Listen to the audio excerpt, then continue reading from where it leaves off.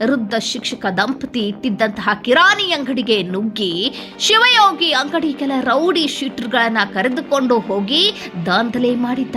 ಅಲ್ಲದೆ ವೃದ್ಧ ಶಿಕ್ಷಕ ದಂಪತಿಗೆ ಜೀವ ಬೆದರಿಕೆ ಕೂಡ ಹಾಕಿದ್ದ. ಅವರಿಂದ ಬಲವಂತವಾಗಿ ಖಾಲಿ ಚೆಕ್ಗಳನ್ನು ಕೂಡ ಪಡೆದುಕೊಂಡಿದ್ದ. ಇನ್ನು ಈ ದಂಪತಿಯ ಮಗ ಚಂದ್ರಶೇಖರ್ ಶಿವಯೋಗಿ ಅಂಗಡಿಗೆ ಕೊಟ್ಟಿರೋ ಬಡ್ಡಿ ಹಣದ ಲೆಕ್ಕ ಹೇಳಿದಾಗ ಅವನಿಗೂ ಜೀವ ಬೆದರಿಕೆ ಹಾಕಿದ್ರು. ಕಮಿಷನರ್ ಮೀಡಿಯಾ ಅಂತ ಹೋದ್ರೆ ಇಡೀ ಕುಟುಂಬ ಉಳಿಯೋದಿಲ್ಲ ಅಂತಾನೂ ಧಮಕಿ ಹಾಕಿದ್ದ ಈ ಶಿವಯೋಗಿ ಅಂಗಡಿ. ಇದಿಷ್ಟೇ ಅಲ್ಲ, ವೃದ್ಧ ದಂಪತಿ ಬಡ್ಡಿ ಹಣ ಕೊಡೋದು ಒಂದು ದಿನ ಲೇಟ್ ಆದ್ರೂ 10,000 ಎಕ್ಸ್ಟ್ರಾ ಹಣ ವಸೂಲಿ ಮಾಡ್ತಿದ್ದ.